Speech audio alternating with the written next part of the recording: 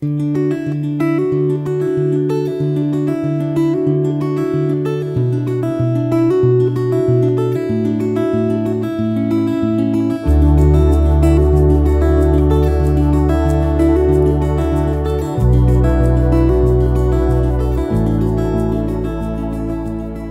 reading begins in Genesis, chapter 42, starting in verse 18. Joseph said to them, that is, his brothers, the third day, "Do this and live, for I fear God. If you are honest men, then let one of your brothers be bound in your prison, but you go, carry grain for the famine of your houses. Bring your youngest brother to me, so will your words be verified, and you won't die." They did so. They said to one another, "We are certainly guilty concerning our brother, in that we saw the distress of his soul when he begged us, and we wouldn't listen. Therefore this distress has come upon us." Reuben answered them, saying, "Didn't I tell you, saying, 'Don't sin against the child,' and you wouldn't listen? Therefore also, behold, his blood is required." They didn't know that Joseph understood them, for there was an interpreter between them. He turned himself away from them and wept. Then he returned to them and spoke to them, and took Simeon from amongst them and bound him before their eyes. Then Joseph gave a command to fill their bags with grain, and to restore each man's money into his sack, and to give them food for the way. So it was done to them. They loaded their donkeys with their grain, and departed from there. As one of them opened his sack to give his donkey food in the lodging place, he saw his money. Behold, it was in the mouth of his sack. He said to his brothers, "My money is restored. Behold, it is in my sack." Their hearts failed them, and they turned trembling to one another, saying, "What is this that God has done to us?" They came to Jacob their father, to the land of Canaan, and told him all that had happened to them, saying, "The man, the lord of the land, spoke roughly to us, and took us for spies of the country. We said to him, 'We are honest men, we are no spies. We are 12 brothers, sons of our father. One is no more, and the youngest is today with our father in the land of Canaan.' The man, the lord of the land, said to us, 'By this I will know that you are honest men. Leave one of your brothers with me, and take grain for the famine of your houses, and go your way. Bring your youngest brother to me. Then I will know that you are not spies, but that you are honest men. So I will deliver your brother to you, and you shall trade in the land.' As they emptied their sacks, behold, each man's bundle of money was in his sack. When they and their father saw their bundles of money, they were afraid. Jacob, their father, said to them, 'You have bereaved me of my children. Joseph is no more, Simeon is no more, and you want to take Benjamin away. All these things are against me.' Reuben spoke to his father, saying, 'Kill my 2 sons if I don't bring him to you. Entrust him to my care, and I will bring him to you again.' He said, 'My son shall not go down with you, for his brother is dead and he only is left. If harm happens to him along the way in which you go, then you will bring down my gray hairs with sorrow to Sheol.' The famine was severe in the land. When they had eaten up the grain which they had brought out of Egypt, their father said to them, 'Go again, buy us a little more food.' Judah spoke to him, saying, 'The man solemnly warned us, saying, You shall not see my face unless your brother is with you. If you'll send our brother with us, we'll go down and buy you food. But if you don't send him, we won't go down. For the man said to us, You shall not see my face unless your brother is with you.' Israel said, 'Why did you treat me so badly, telling the man that you had another brother?' They said, 'The man asked directly concerning ourselves and concerning our relatives, saying, Is your father still alive? Have you another brother? We just answered his questions. Is there any way we could know that he would say, Bring your brother down?' Judah said to Israel, his father, 'Send the boy with me, and we'll get up and go, so that we may live and not die, both we and you, and also our little ones. I'll be collateral for him. From my hand will you require him. If I don't bring him to you and set him before you, then let me bear the blame forever. For if we hadn't delayed, surely we would have returned a second time by now.' Their father Israel said to them, 'If it must be so, then do this.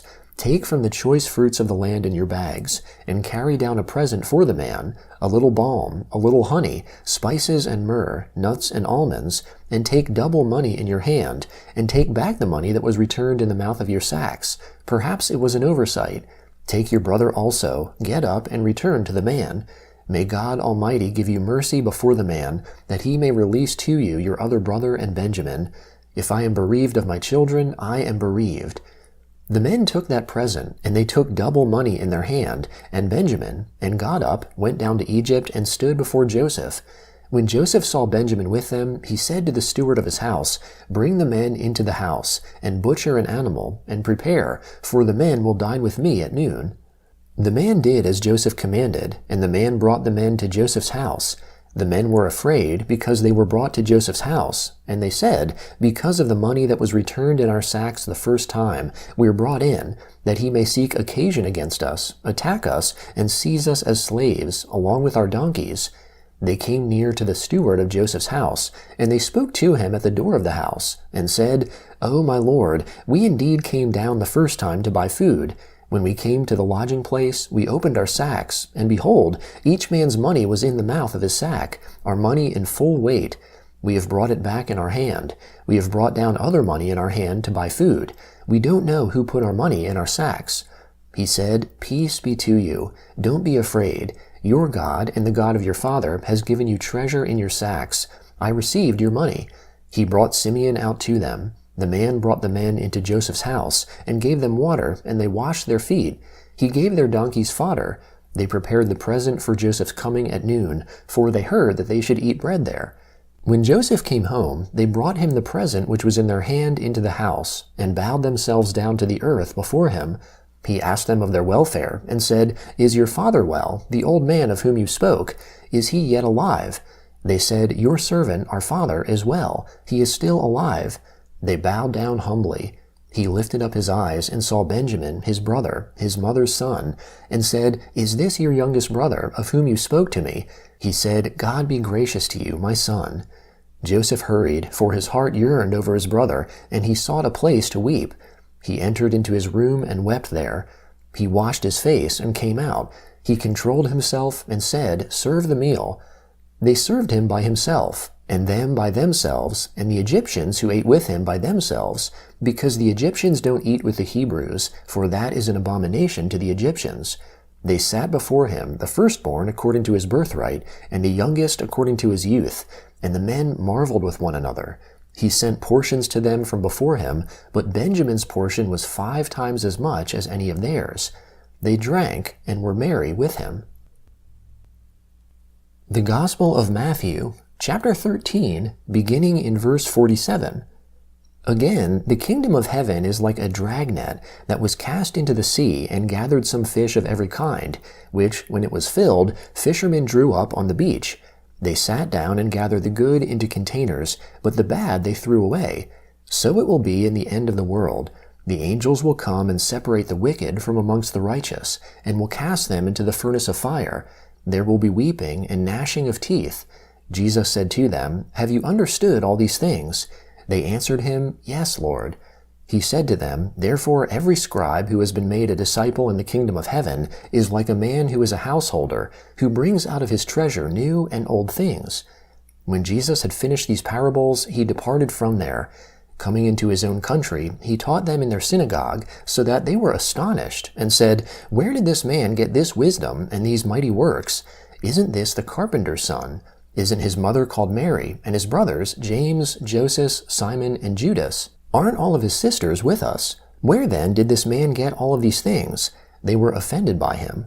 But Jesus said to them, "A prophet is not without honor, except in his own country and in his own house." He didn't do many mighty works there because of their unbelief. At that time, Herod the Tetrarch heard the report concerning Jesus, and said to his servants, "This is John the Baptizer. He is risen from the dead. That is why these powers work in him." For Herod had arrested John, bound him, and put him in prison for the sake of Herodias, his brother Philip's wife. For John said to him, "It is not lawful for you to have her."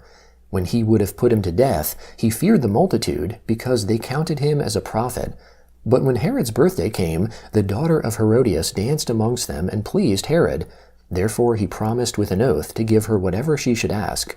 She, being prompted by her mother, said, "Give me here on a platter the head of John the Baptizer." The king was grieved, but for the sake of his oaths and of those who sat at the table with him, he commanded it to be given, and he sent and beheaded John in the prison. His head was brought on a platter and given to the young lady, and she brought it to her mother. His disciples came, took the body, and buried it. Then they went and told Jesus. Psalm 18, beginning in verse 16. He, that is the Lord, sent from on high. He took me. He drew me out of many waters. He delivered me from my strong enemy, from those who hated me, for they were too mighty for me. They came on me in the day of my calamity, but the Lord was my support. He brought me out also into a large place. He delivered me because he delighted in me. The Lord has rewarded me according to my righteousness. According to the cleanness of my hands, he has recompensed me. For I have kept the ways of the Lord, and have not wickedly departed from my God. For all his ordinances were before me. I didn't put away his statutes from me. I was also blameless with him. I kept myself from my iniquity. Therefore the Lord has rewarded me according to my righteousness, according to the cleanness of my hands in his eyesight. With the merciful you will show yourself merciful. With the perfect man you will show yourself perfect. With the pure you will show yourself pure.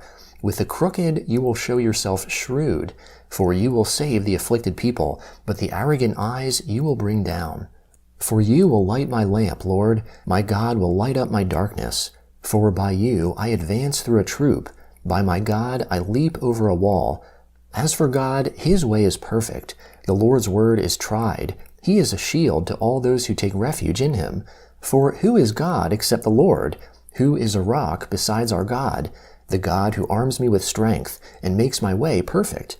He makes my feet like deer's feet and sets me on my high places. He teaches my hands to war so that my arms bend a bow of bronze.